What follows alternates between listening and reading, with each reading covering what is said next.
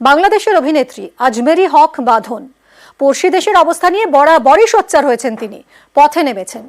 তার সঙ্গে কথা বলেছিলেন আমাদের প্রতিনিধি। কি বলেছেন তিনি, আসুন শুনি। গত 15 বছরে তিনি এমন একটা সিস্টেম তৈরি করেছেন যেখানে তার লোকরাই রয়ে গেছে, সেটা সামরিক বাহিনীতে হোক, সেটা আমাদের মাননীয় প্রেসিডেন্ট হোক, মাননীয় স্পিকার হোক, প্রত্যেকটা মানুষই কিন্তু আসলে তারপরে কথা বলেছে। এবং আমাদের কাছে এটা খুবই সন্দেহজনক যে কেন সামরিক বাহিনী কিংবা পুলিশ এই সরকার পলায়ন যখন করেছেন তখন কেন আইন শৃঙ্খলা রক্ষা করার জন্য তারা মাঠে নামেনি। এখানে কি তাদের অন্য কোনো প্ল্যান ছিল কিনা, যে এই ধরনের নাশকতা করে তারা এটা দেখাতে চায় কিনা উনি যখন থাকছেন না তখন নৈরাজ্য আরো তৈরি হচ্ছে। সেটাকে একেবারে ভেঙে গুড়িয়ে ভেস্তে দিয়েছে আমাদের ছাত্র জনতা। গণভবনে যেই লুটপাট হয়েছে সেই মালামাল ফেরত দিয়ে যাচ্ছে মানুষ। গণভবন পরিষ্কার করা হয়েছে, সংসদ ভবন পরিষ্কার করা হয়েছে, রাস্তাঘাট পরিষ্কার করছে, ট্রাফিক কন্ট্রোল করছে।